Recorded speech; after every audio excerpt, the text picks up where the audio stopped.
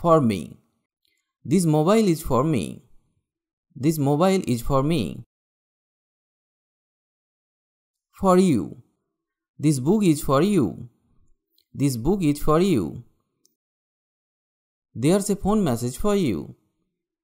There's a phone message for you. For us. No. This food is for us. This food is for us.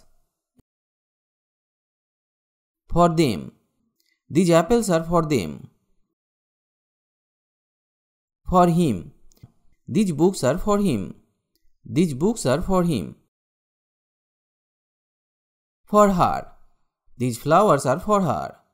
These flowers are for her. For John.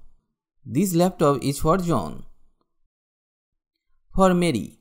This room is for Mary. For it. This is for it. This is for it.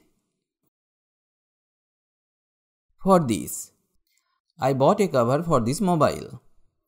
I bought a cover for this mobile. For that. This green color is for that house. This green color is for that house.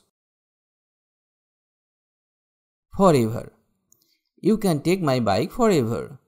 You can take my bike forever. For today.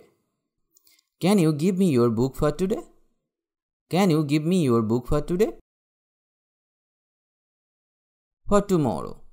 This homework is for tomorrow. This homework is for tomorrow. For yesterday. He paid for yesterday. He paid for yesterday. For a while. I am going out for a while. I am going out for a while. For a minute. Can you wait for a minute? Can you wait for a minute? For a second. Wait for a second. Wait for a second. For an hour. I am going out for an hour. I am going out for an hour. For a year. I took Prime membership for a year. I took Prime membership for a year. For good. We are hoping for good weather on Sunday. We are hoping for good weather on Sunday. For there. We have to walk up, for there is no lift.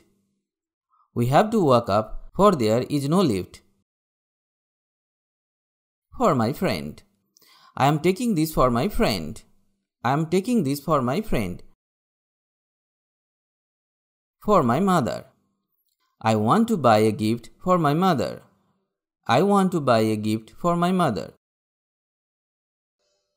Try to learn and practice such sentences every day. Because if you don't practice, you can't speak or learn English. You will need to practice every day for speaking English fluently. Practice is the key to success. If you like the video, please comment. And if you can, share. Stay well and stay with me to learn English.